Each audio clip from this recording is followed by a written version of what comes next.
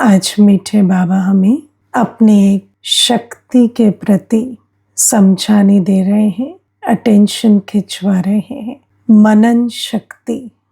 बाबा हमें कहते हैं जैसे शरीर में भोजन को हजम करने की शक्ति होती है ना, तो जब शरीर में भोजन हजम करने की शक्ति होती है तो जो भोजन है उसको ताकत में परिवर्तन कर देता है शरीर, है ना। अब देखो, भोजन है, प्लेट में रखा है, तो उससे ताकत थोड़ी मिलेगी। लेकिन जब उस भोजन को खाते हैं और फिर शरीर अपनी हजम शक्ति से उसे हजम करता है, तो फिर वो भोजन क्या बन जाता है? एनर्जी बन जाता है, शारीरिक बल बन जाता है। ऐसे बाबा कहते हैं कि ज्ञान है ना। अब ज्ञान है, पर ज्ञान हमें शक्ति नहीं दे सकता। वैसे जब हम ज्ञान सुनते हैं और फिर जो ज्ञान सुनते हैं उस पर मनन करते हैं, उस पर विचार करते हैं, तो वो विचार करने से, मनन करने से हमारे अंदर अनुभव की शक्ति पैदा होती है ना। और बाबा कहते हैं कि अनुभव की जो शक्ति है ना, वो बहुत बड़ी शक्ति है। बाबा अनुभव की शक्ति का वर्णन कैसे करते हैं? अनुभव की अथॉरिटी, है ना। बाबा कहते हैं अनुभव की अथॉरिटी होती है। आप देखो, जैसे कोई बात आपने अनुभव की हुई है, तो आपको फिर कोई कुछ भी उसके विपरीत सुनाए, आप उसे मानेंगे नहीं, है ना। मान लीजिए आपने अनुभव कर लिया है कि आम मीठा है, तो आपको कोई कहे वो कड़वा है, खट्टा है, तीखा है, मानेंगे क्या? है ना। आप कहेंगे नहीं, मैंने चखा है ना, क्या बात कर रहे हो, है ना। तो आम तो मीठा है। तो बाबा कहते ऐसे ही हम जब ज्ञान मार्ग में चलते हैं तो कई बार हम सुनी सुनाई बातों से हिल क्यों जाते हैं? क्योंकि ज्ञान तो सुन रहे हैं पर मनन नहीं कर रहे, तो अनुभव में नहीं आ रहा, है ना। अब आज हम इसकी थोड़ी गुह्यता को समझेंगे। अनुभव, कई बार हम सोचते हैं कि अनुभव सिर्फ देखने से, सुनने से अनुभव होता है ना। अनुभव स्थूल में होना होता है। जैसे मैंने भी आपको जो एग्जाम्पल दिया आम का, तो वो क्या एक स्थूल अनुभव है ना, टेस्ट किया, तो इंद्रियों के द्वारा अनुभव हुआ। तो बाबा हमें समझाते हैं कि अनुभव की सिर्फ ये एक ही विधि नहीं है। हम बहुत सारी चीजों को मनन करके अनुभव करते हैं, है ना। जैसे आप विचार करो कि आज अगर जो हमने पढ़ाई की है जीवन में, है ना, मानो आज आप सोचो कि अगर इस बात को लें कि बहुत जो कंप्यूटर यूज़ करने से या फ़ोन यूज़ करने से जो ब्लू रेज आती हैं, है ना, नीली किरणें जो निकलती हैं, उनसे आँखों को डैमेज होता है ना। अब ये जो बात है, अब आप देखो, आँखों पर प्रेशर पड़ रहा है, कंप्यूटर चल रहा है, फ़ोन चल रहा है, लेकिन फिर आपको साइंस ने क्या बताया कि ये जो दो चीज़ें हैं ना, आपके आँखों की जलन और जो आप फ़ोन देख रहे हैं, ये दोनों कनेक्टेड हैं, ठीक है। किसी ने आपको इन्फॉर्मेशन दी, फिर आपने क्या किया? उसको मनन किया, आपने विचार किया कि क्या सच में ये कनेक्टेड है। मैं ज़रा फ़ोन को जो है ना कम यूज़ करके देखती हूँ तो आंखें रिलैक्स होंगी क्या? तो जैसे आप फ़ोन को कम यूज़ करेंगे, आंखें रिलैक्स होंगी, तो आपको समझ में आता है कि हाँ, वास्तव में ये जो ब्लू रेज़ है, ये मेरी आँखों को डैमेज कर रहे हैं, है ना? तो जैसे कोई बात है, आपको उसकी जानकारी भी मिली, पर अगर आप उसको मनन नहीं करेंगे, तो आपको एक निजी लॉजिक नहीं मिलेगा। अपने अंदर एक लॉजिक नहीं आएगा कि हाँ, ये बात सत्य है। ऐसे ही आप देखो बहुत छोटी-छोटी बातें, जैसे कोई आपको कहेंगे कि फलां चीज़ खाने से एसिडिटी होती है या गैस बनती है ना? तो आपने सुन लिया, फिर आपने क्या किया? वैसे आप कोई चीज़ खा रहे थे, आपको एसिडिटी हो रही थी, आप उस 2 चीज़ के कनेक्शन को और विचार नहीं कर रहे थे। पर फिर आपने विचार करना शुरू किया, हाँ सचमुच जब-जब मैं ये खाती हूँ ना मुझे एसिडिटी होती है, या जब-जब ये चीज़ लेते हैं तो इन्फ्लेमेशन, दर्द बढ़ता है शरीर में। तो फिर आपने क्या किया? उसको घटा कर देखा, बढ़ा कर देखा, तो आपने एक्सपेरिमेंट करके फिर एक्सपीरियंस कर लिया। लेकिन अगर आपको ज्ञान मिला पर आपने उस पर मनन नहीं किया, आपने उसको इग्नोर कर दिया, तो वो जो ज्ञान है वो सत्य है, लेकिन वो आपके अनुभव में नहीं आया, है ना? और फिर क्या होता? कोई अगर कहेगा ये झूठ बात है, तो आप कहेंगे हाँ ठीक ही कह रहे हो, पता नहीं मुझे तो सच है या झूठ है, वो लोग कहते हैं ऐसा। लेकिन अगर आपने उसके कनेक्शन को फ़ील किया है, 2 बातों के, है ना, तालमेल को फ़ील किया है, तो फिर आप कहेंगे नहीं, मैंने चेक किया है, मैंने इस पर विचार किया है, ये बात ठीक है कि इस फलाँ चीज़ से ये नुकसान होता है या इस फलाँ चीज़ से ये अच्छा लगता है।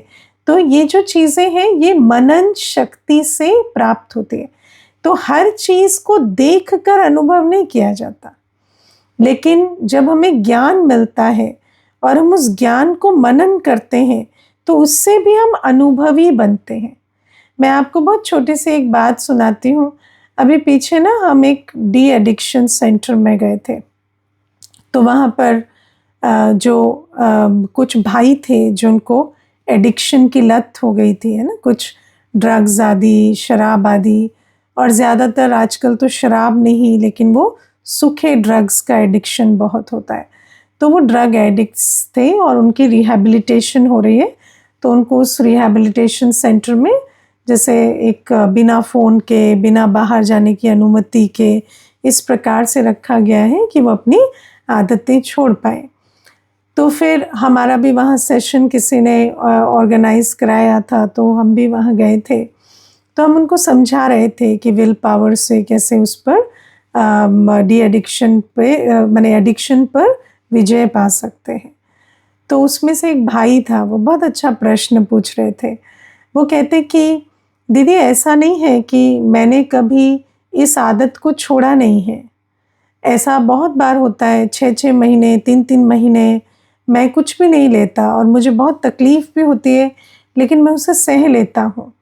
लेकिन फिर क्या होता है ना, कोई भी मुश्किल आती है, कोई भी लाइफ़ में प्रॉब्लम आती है, तो एकदम से जो मेरा ध्यान है ना, वो इस तरफ जाता है कि अभी ये कर लेना तो सब अच्छा लगने लगेगा, है ना? तो मैंने उनको यही समझाया कि आप देखो, आपने क्या किया है, अपने अंदर खुशी को, सॉल्यूशन को और ड्रग्स लेने को एसोसिएट कर लिया है ना? आपके अंदर ये प्रोग्रामिंग हो गई है कि ड्रग्स लेने से खुशी आती है और सॉल्यूशन हो जाता है ना? जैसे बिल्ली आँख बंद करके दूध पीती है ना, तो उसको लगता है कि, है ना, किसी ने देखा नहीं। तो ये ऐसा हो गया है। तो हम जब बाबा हमें ज्ञान देते हैं ना कि द्वापर युग से क्या हुआ, बाबा ने आज हमें बहुत अच्छी बात कही, माया ने हमें फूल बना दिया है ना? फूल क्या होता है? तो मूर्ख किसको कहते हैं? है ना? जो बात सच नहीं है, किसी की बुद्धि में वो बिठा देना, ये मूर्ख बनाना होता है ना? तो माया ने क्या किया, हमें जैसे अप्रैल फूल बनाते हैं, ऐसे बाबा कहते हैं माया ने हमें द्वापर से फूल बनाया। कैसे बनाया? तो माया ने हमें कन्विंस कर दिया कि आपकी खुशी, शांति, प्यार, शक्ति सब कहाँ से आएंगे? वस्तु, व्यक्ति, वैभव से, है ना, वस्तु, व्यक्ति और वैभव से। लेकिन जब बाबा आते हैं तो धीरे धीरे हमें ये बात समझाते हैं कि तुम्हें वस्तु, व्यक्ति, वैभव से खुशी नहीं मिल रही, शांति नहीं मिल रही, प्यार नहीं मिल रहा। वो तो तुम्हें धीरे धीरे तुम क्या बन रहे हो? तुम और गिर रहे हो ना, तुम और दुखी और अशांत, दुनिया की हालत बिगड़ रही है। ये बस एक भ्रम है जो थोड़ी देर तुम्हें महसूस होता है। मुझे याद है जब मैं ज्ञान में आई थी ना, तो शुरू शुरू में मैंने एक एग्जाम्पल सुना था कि जब कोई आपको वो कोई चीज़ देता है तो आपको खुशी हुई, है ना। तो जब खुशी हुई और फिर थोड़ी देर के बाद वो चीज़ वही है, लेकिन किसी ने आकर कहा, अच्छा इन्होंने ये आपको दे दिया क्या? ये तो सेकंड हैंड है, ये तो मुझे से लेकर आए थे। तो अब वही चीज़ जो आपको खुशी दे रही थी वो अब आपको खुशी नहीं दे रही। अब आपको ऐसा लगने लगा है, अच्छा मुझे तो पुरानी चीज़ पकड़ा दी, सेकंड हैंड चीज़ पकड़ा दी। आपको धोखे का अनुभव होने लगा। तो क्या वो चीज़ ने आपको खुशी दी थी या आपकी सोच ने दी थी? तो आप विचार करो कि ये जो एग्जाम्पल मिला, फिर मैंने इस पे बहुत विचार किया, तो मुझे एक अनुभव हुआ कि खुशी और दुख हमारी प्रोग्रामिंग से आता है। खुशी और दुख वस्तु, व्यक्ति, वैभव से नहीं आता। तो धीरे धीरे समझ में आया, happiness is a choice, peace is a choice. आप चाहे तो वैसे सोचें कि आपको खुशी हो, आप चाहे तो वैसे सोचें जैसे दुख हो, उसका परिस्थिति से कोई लेना देना नहीं है। अब मान लीजिए किसी को आप ये बात बताएं और वो उस बात को कहे, आपके पास सब कुछ है ना, इसीलिए आपको ये ज्ञान सूझ रहा है ना, कि परिस्थिति की वजह से नहीं है, ये तो आपकी अपनी सोच है। लेकिन उसकी बात से आपको धक्का नहीं लगेगा, क्योंकि आपने ये बात अनुभव की है। आपने इसे सुनकर नहीं, सुनकर सुनाया नहीं है, आपने ये रियलाइज किया है। तो बाबा हमें कहते हैं कि कोई भी बात जो मैं तुम्हें सुनाता हूं उसे मनन करो, हर ज्ञान की पॉइंट को मनन करो। जैसे बाबा हमें कहते हैं कि मैं आत्मा हूं, मैं मन, बुद्धि, संस्कार की मालिक हूं। तो जैसे मैंने आपको मन के लिए एग्जाम्पल दिया कि मैंने सोचा तो मुझे खुशी हुई, तो मुझे दुख हुआ, तो मैं जैसा चाहूं वैसा अनुभव कर सकती हूँ, ये मैंने अनुभव कर लिया। वैसे ही बुद्धि के लिए भी, जैसे पहले हम कहते थे कि नहीं हमारा ध्यान नहीं लगता, मेरा ध्यान भटकता है, मैं कंसंट्रेट नहीं कर पाता। लेकिन जैसे जैसे आपने विचार किया कि जैसे देखो, मैं जब ज्ञान में आई तो मुझे जो जिन्होंने पढ़ाया उन्होंने बताया कि जब आप किसी भी चीज़ के सामने होते हो तो भी क्या आप उसे ही देख रहे होते हो, उसके बारे में ही सोच रहे होते हो? नहीं, कई बार ऐसे भी होता है कि कोई आपके सामने से पास हो गया, है ना, सामने से गुजर गया और आपको किसी ने कहा वो गए क्या अभी यहाँ से, तो आप कहते पता नहीं, मैंने तो देखा नहीं, मेरा ध्यान नहीं था, है ना। तो आपको धीरे धीरे पता चलता है कि आँख, कान और ध्यान ये अलग अलग चल रहे हैं, है ना। तो पहले हमें लगता था कि कोई चीज़ सामने है, जैसे कहने को तो यही कहते हैं ना कि अब आँख से दिखाई दे रहा है तो ध्यान कैसे ना दें, कान से सुनाई दे रहा है तो ध्यान कैसे ना दें।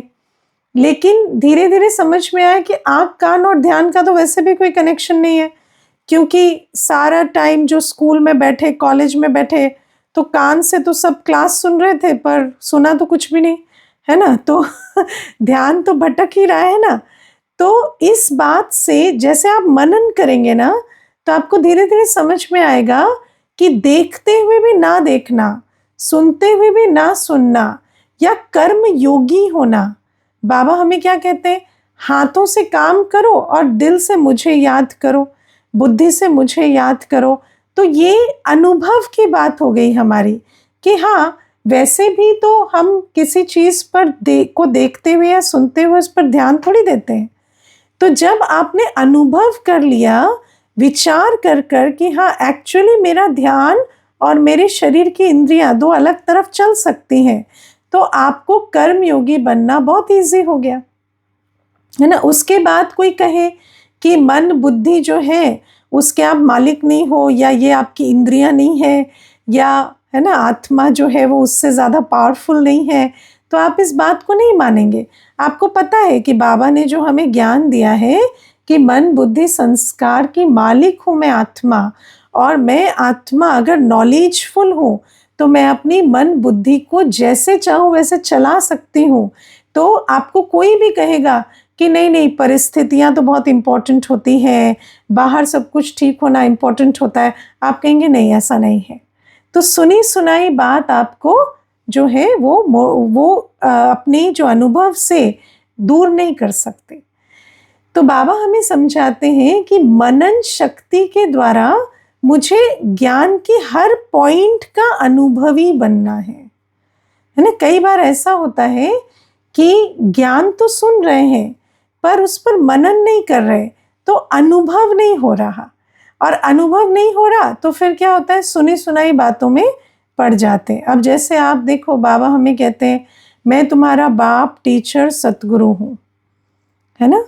अब आप सोचो कि बाबा मुझे आकर और इतनी पालना इतनी पढ़ाई दे रहे हैं, है ना। आज आप विचार करो, आपको रोज लाइव क्लास मिलती है, ठीक है। अब ये जो लाइव क्लास मिलती है, ये कोई मनुष्य में तो बल नहीं है ना कि आपको रोज इतना क्लास कराया। आज मनुष्य सोचो जो खून के रिश्ते होते हैं उनके लिए भी कुछ नहीं कर पाता। तो ज़रूर है कि बाबा करवा रहा है ना, तब तो ये सारा जो सिस्टम है, आप जब ईश्वरीय कार्य को देखते हैं तो आपको पता चलता है कि ये कार्य बाबा चला रहा है। और अगर आप मनन नहीं करेंगे तो आपको वो बाबा दिखाई नहीं देगा। बाबा तो निराकार है, लेकिन बाबा का जो कार्य है उसको देखकर आपको पता चलता है। लेकिन कब? जब आप मनन करेंगे, है ना। कई बार आप देखो, आपने भोजन खाया, उसमें नमक कम था ज़्यादा था, आप अगर अटेंशन नहीं देंगे ना आपको पता नहीं चलेगा। लेकिन आप सोचेंगे ना तो आपको पता चलेगा, अच्छा इन्होंने इतनी मेहनत से बनाया है, या है ना। इसी को तो ऑब्जर्वेशन कहते हैं ना। अगर आप ऑब्जर्व नहीं करेंगे, मनन नहीं करेंगे, तो आपको कोई भी चीज़ रजिस्टर नहीं होगी। है सब कुछ आंखों के सामने है पर वो रजिस्टर नहीं होगी। रजिस्टर होने के लिए आपको पहले इंफॉर्मेशन चाहिए और फिर उस ज्ञान पर आपको मनन करना पड़ेगा। तो बाबा भी कहते हैं कि मैं आया हूँ और मैं बाप टीचर सतगुरु कार्य कर रहा हूँ। बाबा बार बार मुरली में कहते हैं, ब्रह्मा बाबा नहीं पढ़ा रहे तुम्हें, मैं पढ़ा रहा हूँ, है ना। ब्रह्मा बाबा पालना नहीं दे रहे, मैं दे रहा हूँ। तो विचार करके देखो, इतनी कंसिस्टेंसी से कौन मुझे इतना पढ़ाएगा, इतनी पालना देगा। किसी मनुष्य में इतनी ताकत थोड़ी है। तब आपको निश्चय बैठेगा कि ये बाबा है ना। आप सोचो, बाबा हमें कहते हैं मैं प्यार का सागर हूँ, मैं शांति का सागर हूँ, मैं सुख का सागर हूँ, और मैं एक संकल्प की दूरी पर हूँ। तुम मुझे मेरा बाबा कहते हो ना, तो मैं तुम पर प्यार शांति शक्ति सब लुटाता जाता हूँ। लेकिन जब मनन करेंगे कि एक्चुअली सोचो, कितनी भी अशांति में हो, कितनी भी प्रॉब्लम में हो, कैसे भी हो, आप ज़रा 5 सेकंड योग में बैठ जाओ, आपको ऐसा लगेगा जैसे आप छत्र छाया में हो। तो बाबा नहीं है तो अनुभूति कैसे हो रही है।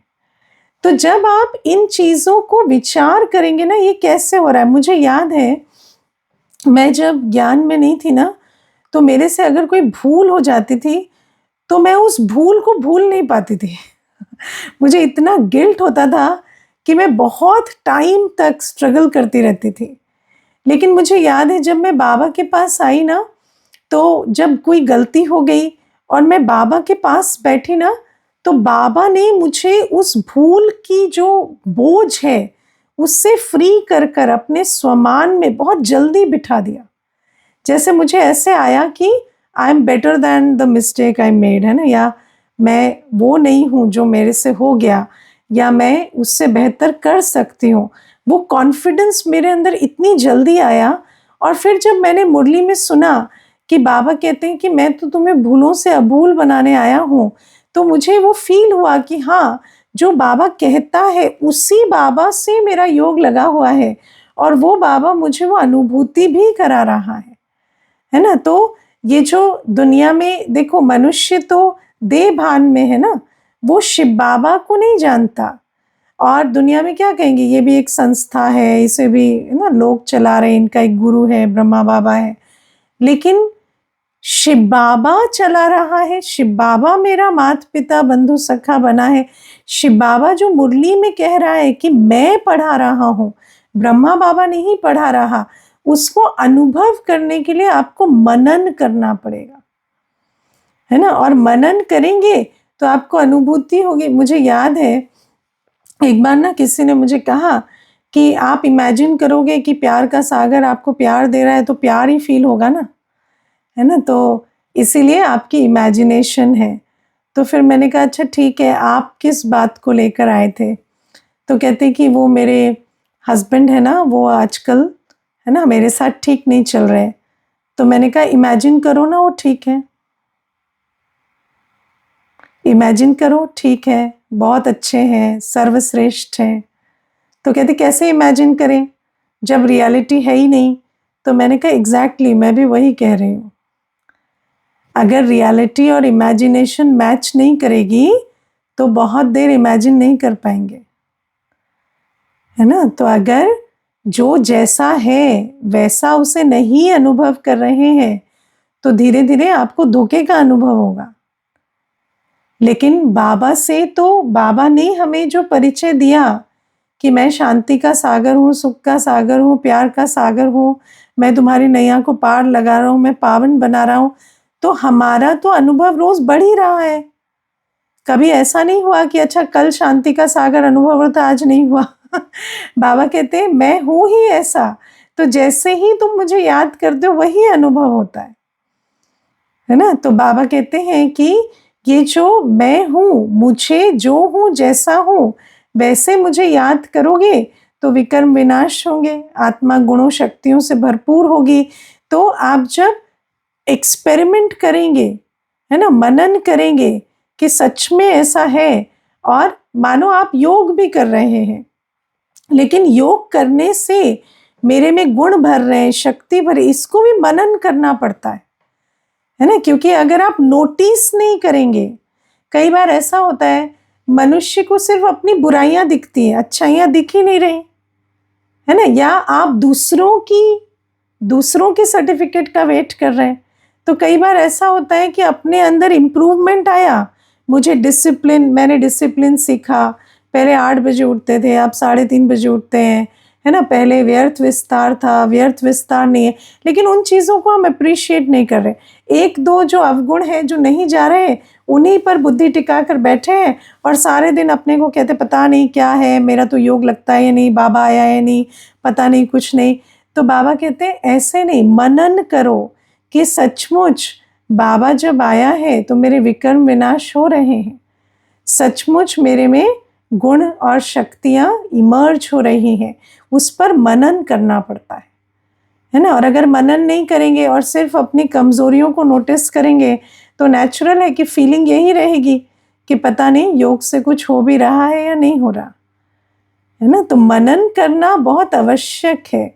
बाबा हमें कहते हैं कि तुम ही देवता थे, तुम ही में दैवी गुण हैं जो अभी छिप गए हैं, है ना। तो मनन करो, सचमुच अगर हम देवता नहीं थे और हमारा आदि स्वरूप प्रेम स्वरूप शांत स्वरूप नहीं है तो आज भी क्रोध कर कर गिल्ट क्यों होता है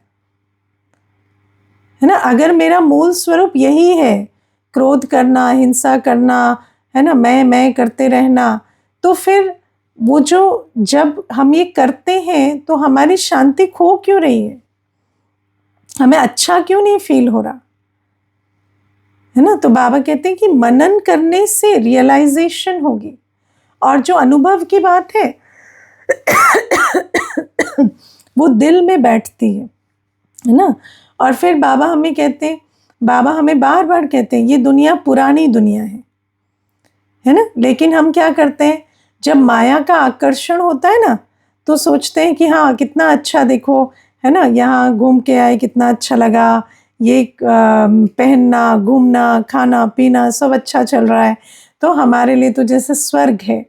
लेकिन जब आप सच में आंख खोलकर देखते हैं कि दुनिया क्या बन गई है, आज आप दुनिया का हाल देखो, है ना, अपनी हालत देखो और मनन करो कि वास्तव में ये दुनिया क्या सुख की दुनिया है ना। यहाँ तो अनेक प्रकार के दुख चल रहे हैं, क्या तन का, क्या मन का, क्या धन का, क्या संबंध का। तो आपके अंदर वो अनुभव होता है कि सच में बाबा जो कहते हैं ये पुरानी दुनिया है, ये वाकई पुरानी दुनिया है। वरना ऊपर से देखो, सिर्फ अपनी 2-4 चीज़ों को देखो तो लगता है कि नहीं ठीक ही तो चल रहा है सब कुछ, है ना। लेकिन जब मनन करते हैं कि इस सारी दुनिया में क्या लगा पड़ा है, या वास्तव में मनुष्य की आज क्या हालत है।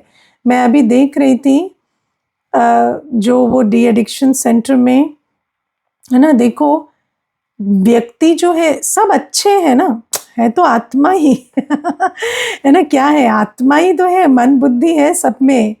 लेकिन देखो कैसी परवश है कि देखने से आप सोच भी नहीं सकते कि ये आत्मा, वो जब अपना वर्णन करते हैं ना, कि जब हमें ऐसे जब अटैक्स आते हैं या वो चीज़ खींचती है तो हम ऐसे पागल से हो जाते हैं, है ना। तो देखो तो पता भी नहीं चलेगा, आप कल्पना भी नहीं कर सकते कि इतनी परवश आत्मा होगी।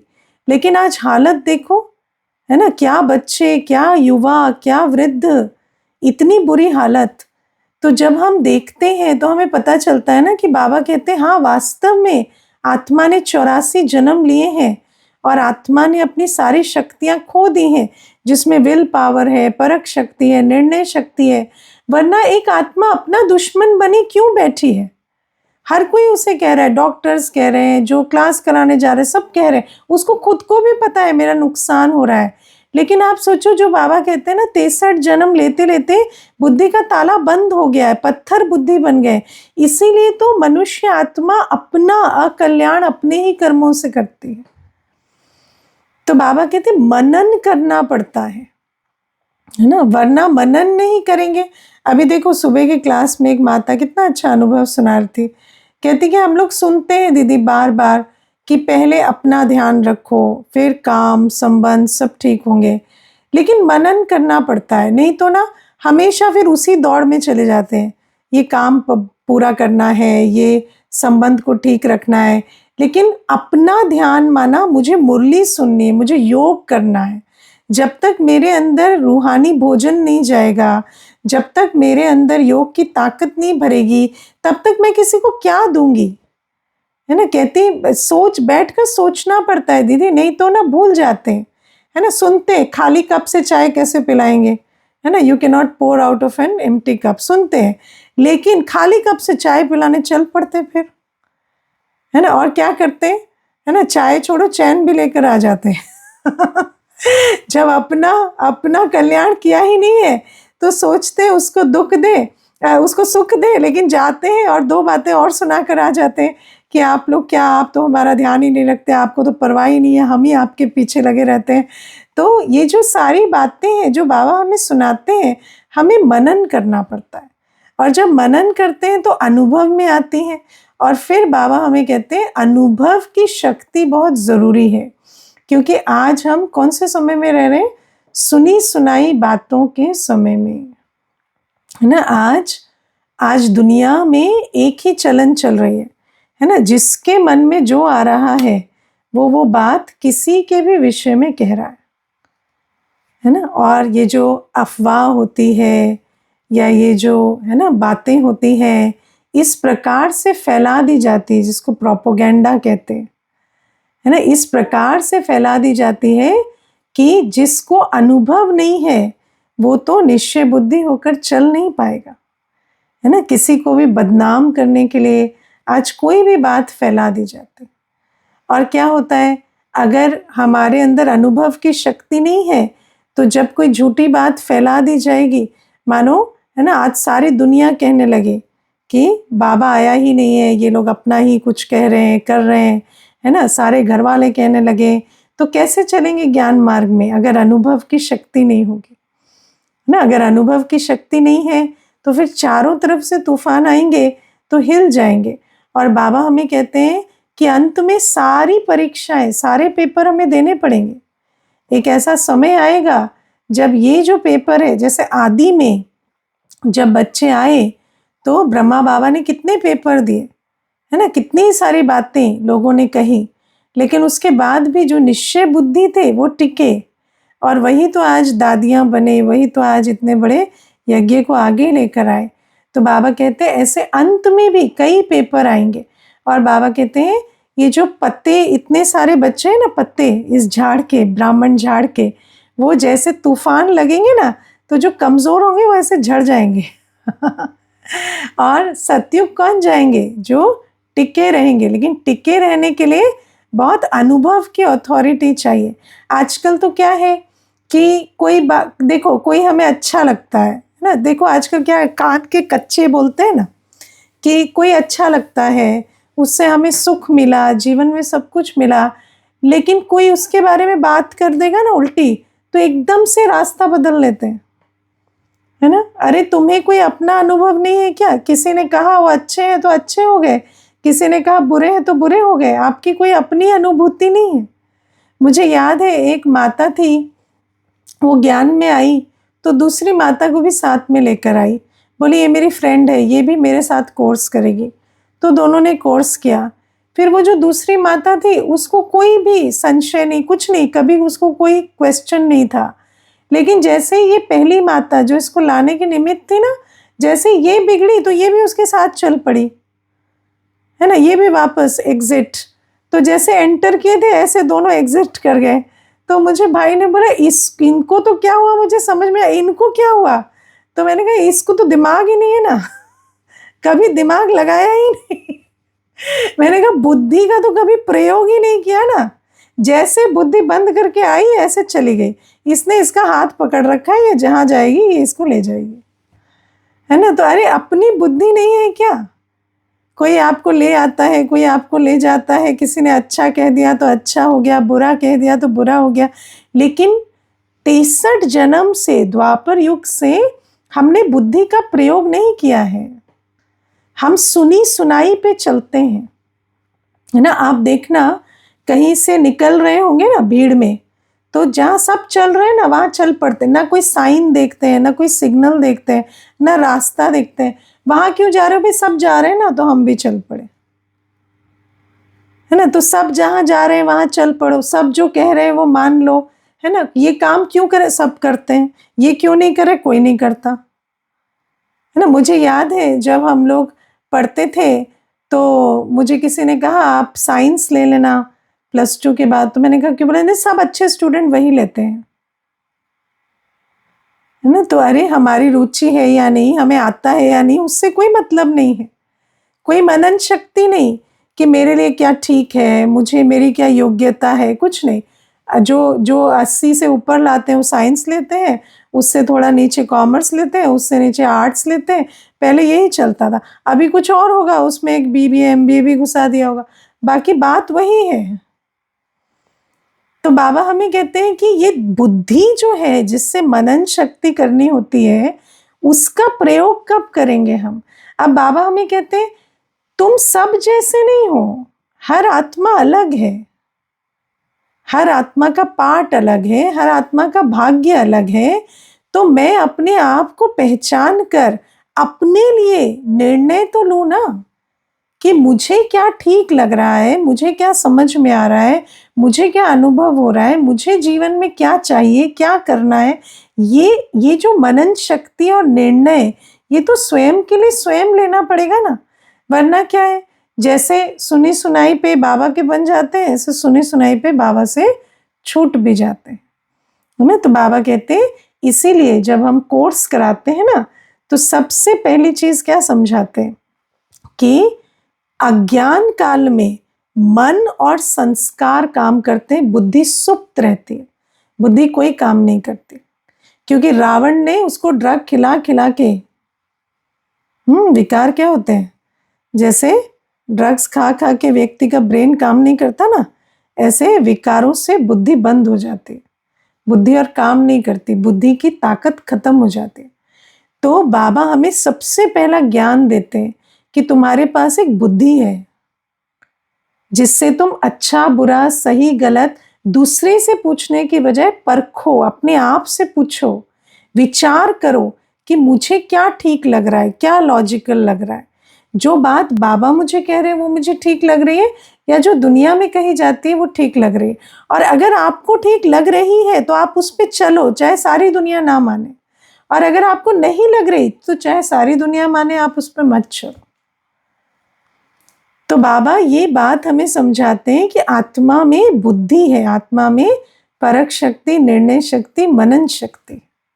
तो बाबा कहते हैं और मनन शक्ति के द्वारा अनुभवी बनना, ये जैसे हाजमे की शक्ति, दुनिया में आजकल कहते हैं ना गट खराब हुआ तो बीमार हो जाएंगे, है ना, शरीर की सबसे बड़ी शक्ति गट। आजकल मेडिसिन यही कहती है, मेडिकल साइंस की आपकी गट की प्रॉब्लम सब प्रॉब्लम की जड़ है। ऐसे ही बाबा हमें समझाते हैं कि आत्मा की जो सबसे बड़ी शक्ति है वो मनन शक्ति है, और जब आत्मा की मनन शक्ति खत्म हो जाती है तो सब कुछ खत्म हो जाता है। अच्छा, ओम शांति।